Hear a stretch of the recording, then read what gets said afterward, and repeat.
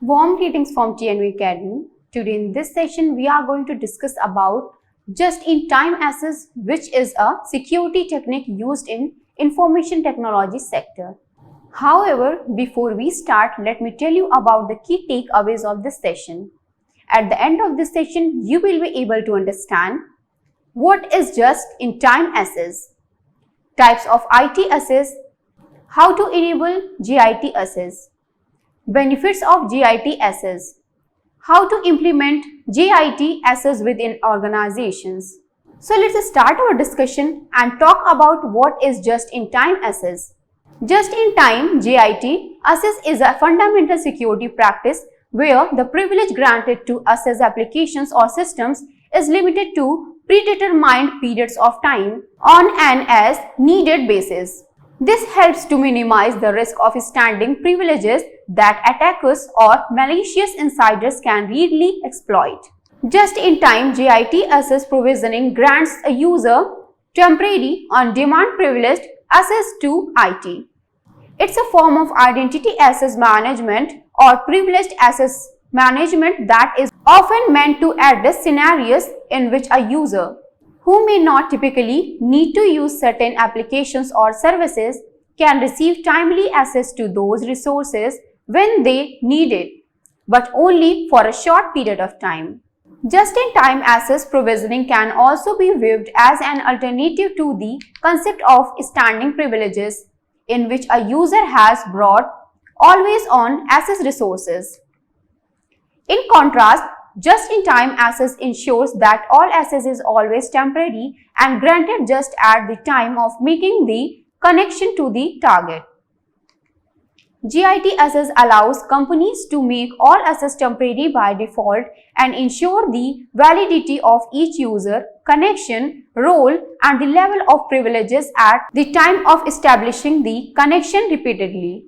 Just-in-time access applies the principle of least privilege (POLP) to reduce the risk of standing privileges, also called always-on access, where users have unlimited access to accounts, resources, and servers.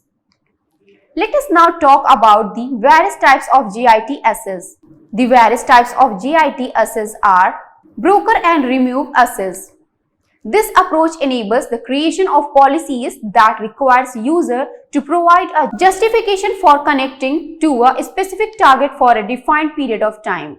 Typically, these users have standing, privileged, shared account and credentials for that account are managed, secured and rotated in a central vault. Ephemeral accounts. These are one-time use accounts which are credited on the fly and immediately deprovisioned or deleted after use. Temporary elevation. This approach allows the temporary elevation of privileges, enabling users to access privileged accounts or run privileged commands on a by-request time basis. Access is removed when time is up. Let us now discuss how to enable JIT access. Following is typically workflow for enabling JIT access.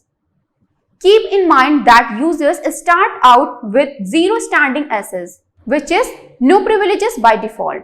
First one is a human or non-human user request privileged access to a server, virtual machine or network device. The second one is the request is verified against a pre-approval policy or is reviewed by an administrator who has the power to grant or deny the request for a short-term privileged access.